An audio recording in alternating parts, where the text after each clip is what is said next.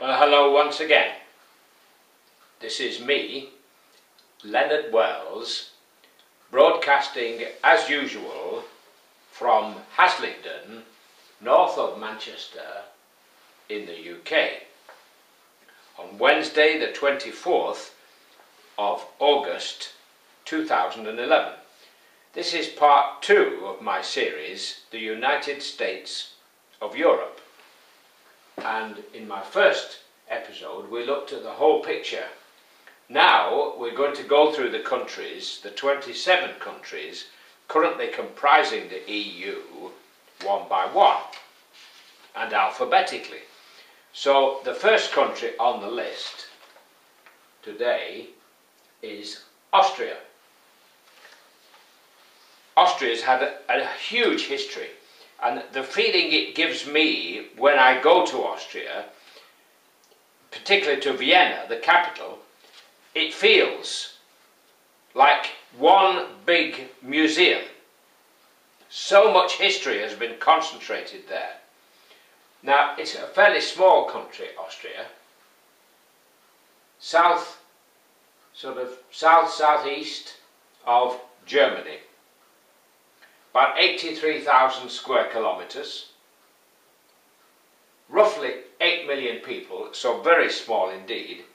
Vienna, the capital, called Wien in Austria, Wien, but we call it Vienna, is on the Danube River, which leads to the Black Sea,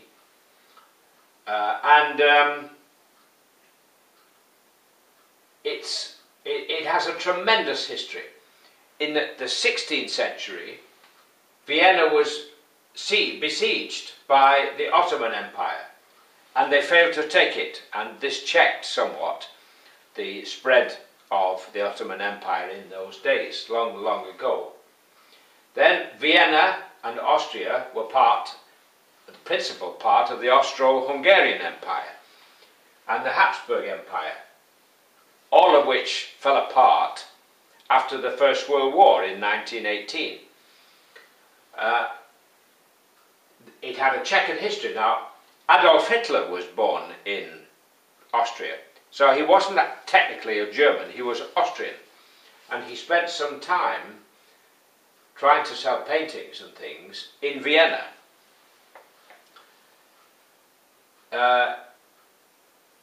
In 1938, when Hitler had risen to full power in Germany, he annexed Austria in what was called the Anschluss, which was the real beginnings, part of the beginning of the Second World War. And of course we all know what happened in the Second World War, but at the end of the war, many people don't know, like Berlin, which was divided between the occupying powers, Russia, France, Britain and America, Vienna had the same situation. But they decided, the Allies, that if Austria would agree, and which they did, to be neutral henceforward, they would allow it to, they would withdraw, which they did in the 1950s. And Austria became free again, in a sense. Now today, of course, we all remember the Blue Danube Waltz. Austria is famous for musicians. Mozart, who doesn't know a piece of Mozart? Strauss, the Blue Danube Waltz.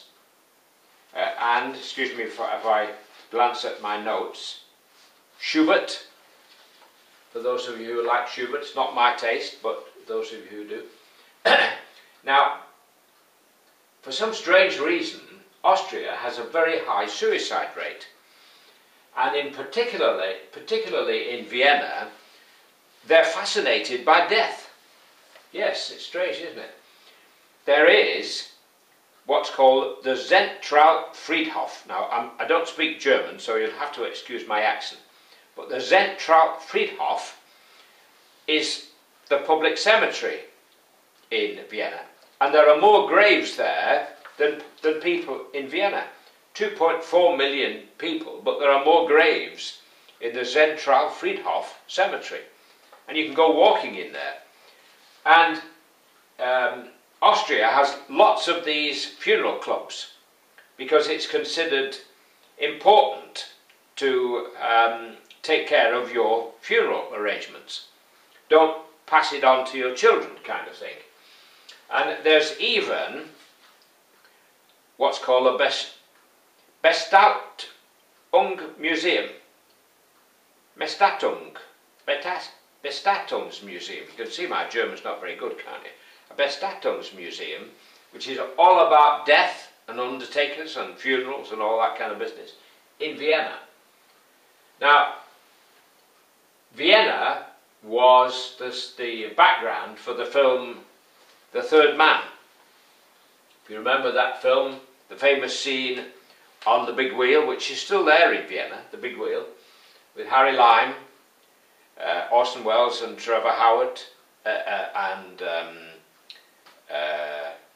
various other stars who made this film in Vienna. Very dark, sort of morbid film about the underground, in the sewers. There's quite a bit of it's filmed in the sewers. Now, the other thing in Vienna is they have this coffee house culture, where everybody goes for a coffee. Coffee is famous in Vienna. Very little tea. It's all about coffee. And they have the most gorgeous cakes in Vienna, in Austria, full of cream and all Black Forest Ghetto and oh God, for a diabetic it's torture. So that's Austria. They're in the EU, they're in Schengen and they're in the Euro. So unlike the UK, they're playing their full part in the United States of Europe. And we're going to move on after today from Austria. The next one will be Belgium. I'm going to say bye for now. God bless, while it's still legal in the UK to say God bless. Take care. Bye.